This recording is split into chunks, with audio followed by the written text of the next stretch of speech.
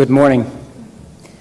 We are still waiting for some delegates to arrive, but I think if you could point out to your colleagues that everything we're doing today is being filmed, and so it will be uploaded to the website. So if any individuals have missed any part of this, they can catch up with it by logging in to the SCS website and viewing anything that they've missed.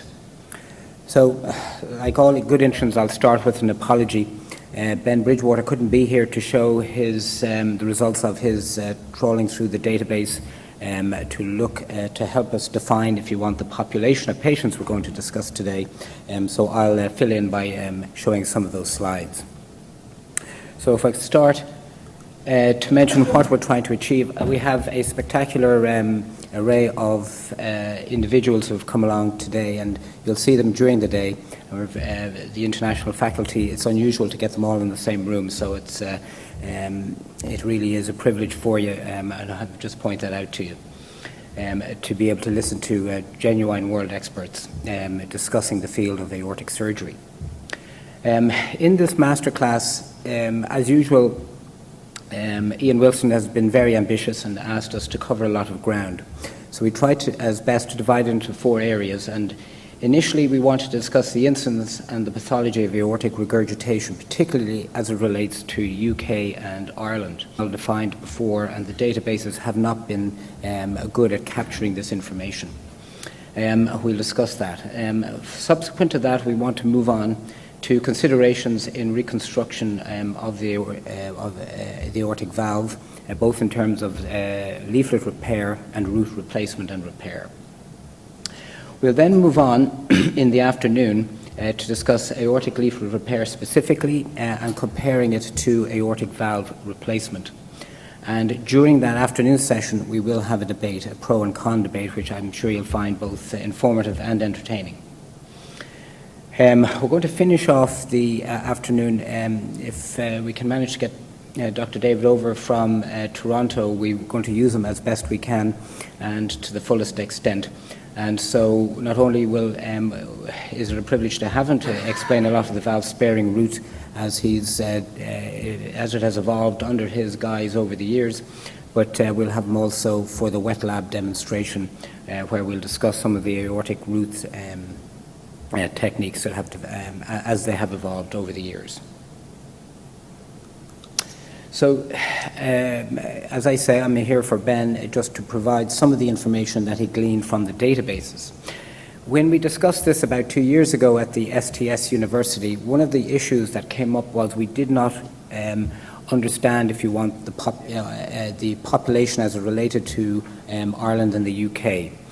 It appeared that other countries, Belgium, Toronto, other cities, had a much larger number of patients with primary aortic valve regurgitation who were candidates for aortic valve repair. We as aortic valve surgeons had the same population as Dr. Al-Khoury and Dr. David. And so we were anxious to try and come across some way to define the population and see where, if you want, are we missing patients, are we not being referred the patients, and so on. So Ben filtered the SCTS adult cardiac database for aortic regurgitation from 2001 to the current date. And this would include only patients who were recorded with isolated aortic regurgitation as their pathology. And what he attempted to do was to examine the numbers and the age and the gender. What he found, you can see in this slide, was that there were 4,346 records between 2001 and 2011. And incredibly, there were only 65 repairs. I would say Jabrin probably in a year does 65 repairs, but it seems unusually low, and we wondered why this was.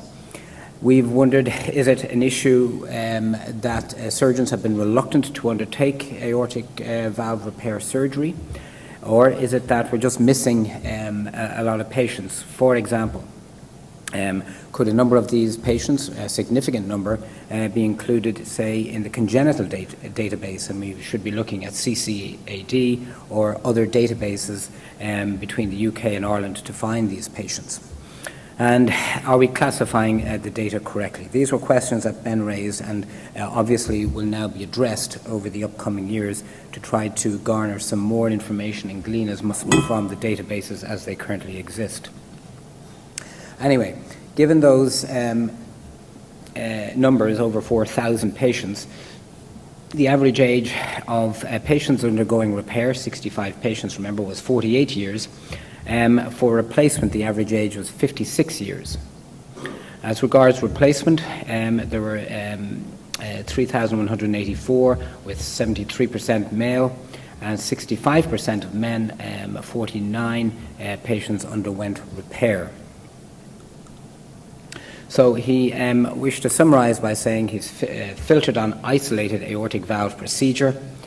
It may be, and Ben will go back to the drawing board to include aortic term as well to see if this would increase the numbers that we're pulling through.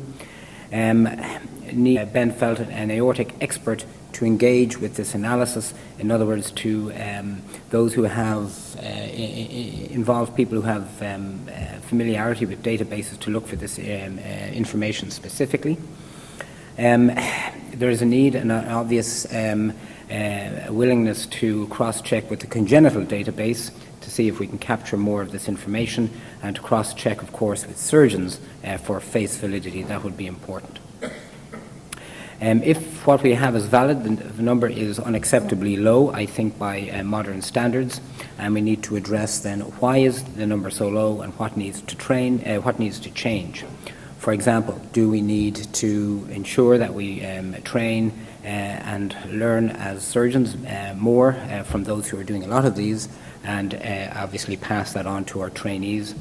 And do we need to reach out to our cardiology colleagues and ensure proper referral networks and proper referral of patients who are good candidates for aortic valve repair rather than replacement?